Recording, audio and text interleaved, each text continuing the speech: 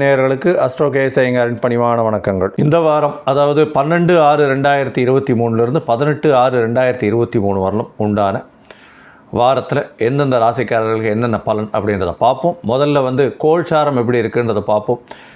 இந்த வாரத்தில் பார்த்தாலேயானால் காலபுருஷ தத்துவத்தின் முதல் ராசியான மேஷ ராசியில் குரு பகவானும் ராகு பகவானும் இருக்கா. ரிஷப ராசியில் பார்த்தாலேயானால் உங்களுக்கு புத பகவானும் சூரிய பகவானும் இருக்கார். இந்த மாதம் பிறக்கிறது, அதாவது வைகாசி மாதம் முடிஞ்சு ஆனி மாதம் 16ஆம் தேதி காலத்தால் ஆனி மாதம் பிறந்துடுறது. அதனால் சூரிய பகவான் ரிஷப ராசியிலிருந்து மிதுன ராசிக்கு போகிறார். அதுதான் பெரிய மாற்றம் இந்த வாரத்தில் வருது. கடகத்தில் பார்த்தேன்னா செவ்வாய் பகவானும் சுக்கிர பகவானும் இருக்கா. துலாத்தில் கேத்து பகவானும், கும்பத்தில் சனி பகவானும் இருக்கா. இது இந்த வாரத்தினுடைய கோல்சாரம். இதில் அதிவேகமாக செல்லக்கூடிய கிரகமான சந்திரன் எப்படி இருக்கார் அப்படின்றத வச்சு தான் நம்ம பலன்கள் சொல்கிறோம். சந்திரன் 12ஆம் தேதி கார்த்தால், அதாவது திங்கட்கிழமை கார்த்தால் பார்த்தேனால் அவர் உத்திரட்டாதி நட்சத்திரத்தில் இருக்கார். அதிலிருந்து அவர் திருவாதிரை நட்சத்திரம், அதாவது 18ஆம் தேதி சாயந்தரம் பார்த்தேன்னா ஒரு 5-6 மணிக்கு ஆதிரை நட்சத்திரத்துக்கு போயிடுறார். திருவாதிரை நட்சத்திரம் வரலும் போகிறார். அதனால் இந்த வாரத்தில் அவர் உத்திரட்டாதியிலிருந்து ஆதிரை நட்சத்திரம் வரலும் போகிறார். இப்போ யார் யாருக்கு சந்திராஷ்டமம் அப்படின்னா, இந்த வாரத்தில் சிம்ம ராசிக்காரர்களுக்கு சந்திராஷ்டமம் இருக்குது. சிம்மம், கன்னி, துலாம், விருச்சிகம் இந்த 4 ராசிக்காரர்களுக்கும் சந்திராஷ்டமம் இருக்கும். இந்த 4 ராசிக்காரர்களும் சந்திர பகவானுக்கு உண்டான பிரீத்தியான ஒரு வெள்ளை அரளி மாலை சிவன் கோவிலில் போய் போட்டுட்டு வர்றதன் மூலியமாக கண்டிப்பாக அவர்களுக்கு சந்திராஷ்டமத்தின் தாக்கம் குறையும் அப்படின்றத சொல்கிறேன். இந்த வாரம் பார்த்தேனால் 15ஆம் தேதி ஏகாதசி வருது. அதுக்கப்புறம் அதாவது 14ஆம் தேதி ஏகாதசி, 15ஆம் தேதி துவாதசி. அதை தவிர சாயந்தரம், அதாவது துவாதசி கார்த்தால் ஒரு 10-11 மணி வரலும் தான் இருக்குது. அதற்கு பிறகு பார்த்தேன்னா சாயந்தரம் திரையோதசி வந்துடுறது. சாயந்தரம் பிரதோஷ காலம் வேறு வருது. சிவனுக்கு ஒரு முக்கியமான ஒரு விசேஷமான தினமாக இது திரையோதசி, அதாவது பிரதோஷ காலம் கருதப்படுகிறது. ஏன்னா பிரதோஷ காலத்தில் எந்த ஒரு விஷயத்தை நினச்சிட்டு பிரதோஷத்தை சேவித்தாலும் கண்டிப்பாக அந்த விஷயம் பலிதமாகும் அப்படின்றது இந்த சைவர்களின் சம்பிரதாயத்தில் சொல்லியிருக்கு.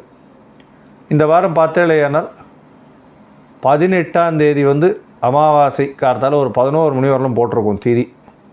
17ஆம் தேதியே அமாவாசை ஃபுல் டே இருக்கும். ஆனால் 11 மணி 12 மணிக்கு மேலே வர்றதுனால அமாவாசை எடுத்துக்க மாட்டா. 18ஆம் தேதி கார்த்தால் தான் அமாவாசை எடுத்து இப்போ 11 மணிக்குள்ளே அமாவாசையும் வந்துடுது. பித்திருக்களுக்குன்னு பண்ணக்கூடிய விஷயங்கள் கண்டிப்பாக பண்ணியே ஆகணும்.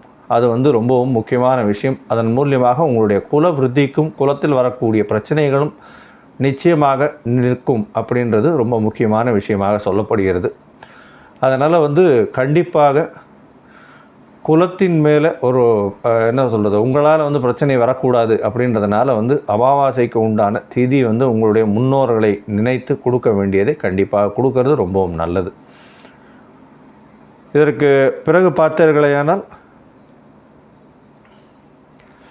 இந்த 15ஆம் தேதி அன்றைக்கே துவாதசி கார்த்தால ஒரு 11 மணி வரலும் இருக்குது. அதற்கு பிறகு திரையோதசி வருதுன்னு சொன்னேன். அன்றைக்கி கிருத்திகா நட்சத்திரம் வேறு. கிருத்திகைக்கு விரதம் இருக்கிறவாள்லாம் அன்றைக்கி கிருத்திகை விரதம் இருப்பாள். அதுக்கு அடுத்த நாள் அதாவது திரையோதசி, அதுக்கு அடுத்த நாள் அமாவாசையும் வந்துடுறது. ஸோ இந்த வாரம் பார்த்தேலையானால் மேஜர்லி இந்த ஏகாதசி, துவாதசி, கிருத்திகை விரதம், அதை தவிர அமாவாசை வருது. இப்போது ஒரு ராசியாக மேஷத்திலிருந்து மீனம் வரை இந்த வாரமான 12/6 18/6 எப்படி இருக்குது அப்படின்றத நம்ம பார்க்கலாம். மேஷம், அஸ்வினி, பரணி, கிருத்திகை இந்த 3 நட்சத்திரம் 9 பாதங்களை கொண்ட ராசி. ராசியின் அதிபதினு சொல்லக்கூடியவர் செவ்வாய் பகவான் ராசிக்கு 4ஆம் இடத்துல இருக்கார். ராசிக்கு 4ஆம் இடத்துல இருந்தாலும் சுக்கிர பகவானோட சேர்ந்து இருக்கிறதுனால சுபப்படுறதுனால நல்ல ஒரு ஏற்றம் இருக்கும். உடல் நலத்தில் நல்ல ஏற்றம் இருக்கும்.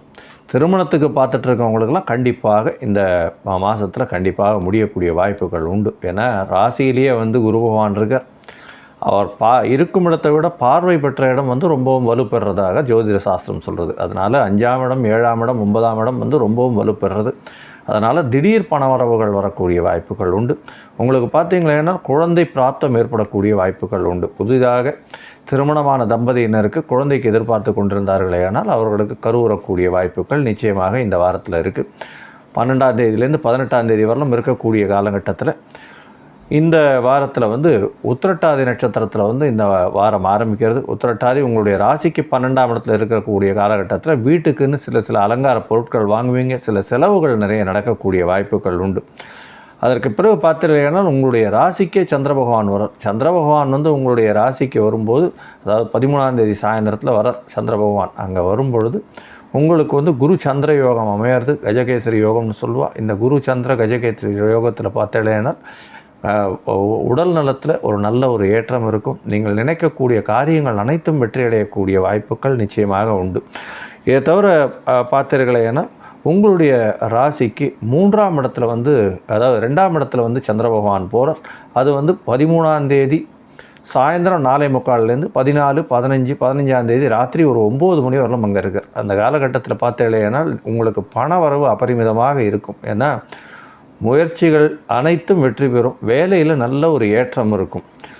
உங்களுடைய குடும்பத்தில் பார்த்தீர்களேனால் இருக்கக்கூடிய இந்த சமையல் கலை வல்லுநர்கள், டாக்டர்ஸு, இந்த மாதிரியான ப்ரொஃபஷனில் இருக்கிறவங்களுக்கு நல்ல ஏற்றமான காலமாக இந்த வாரம் அமைய போகிறது. இதை தவிர உங்களுடைய ராசிக்கு 3ஆம் இடத்துல சந்திர பகவான் போகிறார். அது வந்து 15ஆம் தேதியிலிருந்து 17ஆம் தேதி வரலும் அங்கே இருக்கார். அந்த காலகட்டத்தில் பார்த்தீங்கன்னா உங்களுடைய முயற்சிகள் அனைத்தும் வெற்றியாகும். அதாவது 17ஆம் தேதி 18ஆம் தேதி கூட அங்கே தான் இருக்கார் சந்திர பகவான். அங்கே இருக்கார் 3ஆம் இடத்துல. 3ஆம் இடத்துல தான் இந்த வாரம் கடைசியில் வந்து 18ஆம் தேதி சாயந்தரம் வரலும் இருக்கார். மிருகசீரிஷ நட்சத்திரம் சாயந்தரம் ஒரு 18ஆம் தேதி சாயந்தரம் ஒரு 9 மணி 10 மணிக்கு வருது. 9 மணிக்கு வரலும் இருக்குது. அதற்கு பிறகு பார்த்தீர்களேனால் ஒரு 6:30 மணிக்கு பிறகு பார்த்தீர்களேனால் மிருகசீரிஷ நட்சத்திரம், அதுக்கப்புறம் திருவாதிரை வந்துடுறது ஞாயிற்றுக்கிழமை சாயந்தரம். அதனால் வந்து இந்த வாரம் வந்து ரொம்பவும் ஏற்றமான வாரமாக இந்த மேஷராசிக்காரர்களுக்கு இருக்குது. திருமண யோகம் உண்டு. வெற்றிகள் எல்லாமே குவியக்கூடிய வாரமாக இருக்குது. திடீர் பயணம் மேற்கொள்ளக்கூடிய வாய்ப்புகள் உண்டு. பெற்றோர்கள் மூலியமாக நல்ல அனுகூலமான செய்தி வரும். வெளியூர் வெளிமாநிலம் போகக்கூடிய வாய்ப்புகள் நிச்சயமாக உண்டு. நீங்கள் வணங்க வேண்டிய தெய்வம் அப்படின்னு பார்த்தீங்கன்னா அருகில் இருக்கக்கூடிய முருகன் கோயிலுக்கு போயிட்டு வாங்க. ஏன்னா செவ்வாய் பகவான் வந்து நீச்சப்பட்டு இருக்கிறதுனால கண்டிப்பாக முருகன் கோயிலுக்கு போயிட்டு வர்றதும், முருகனுக்கு வந்து அங்கே ஒரு எலுமிச்சம்பழ விளக்கு போட்டுட்டு வர்றது மிகவும் ஏற்றமான வாரமாக இந்த வாரம் உங்களுக்கு அமையும். ஸ்ரீ குபேரன் டிவியை பார்த்தமைக்கு நன்றிகள். மேலும் இது போன்ற தகவல்களை தெரிந்து கொள்ள ஸ்ரீ குபேரன் டிவியை சப்ஸ்கிரைப் செய்யுங்கள். மறக்காமல் பெல் ஐக்கானை கிளிக் செய்யுங்கள்.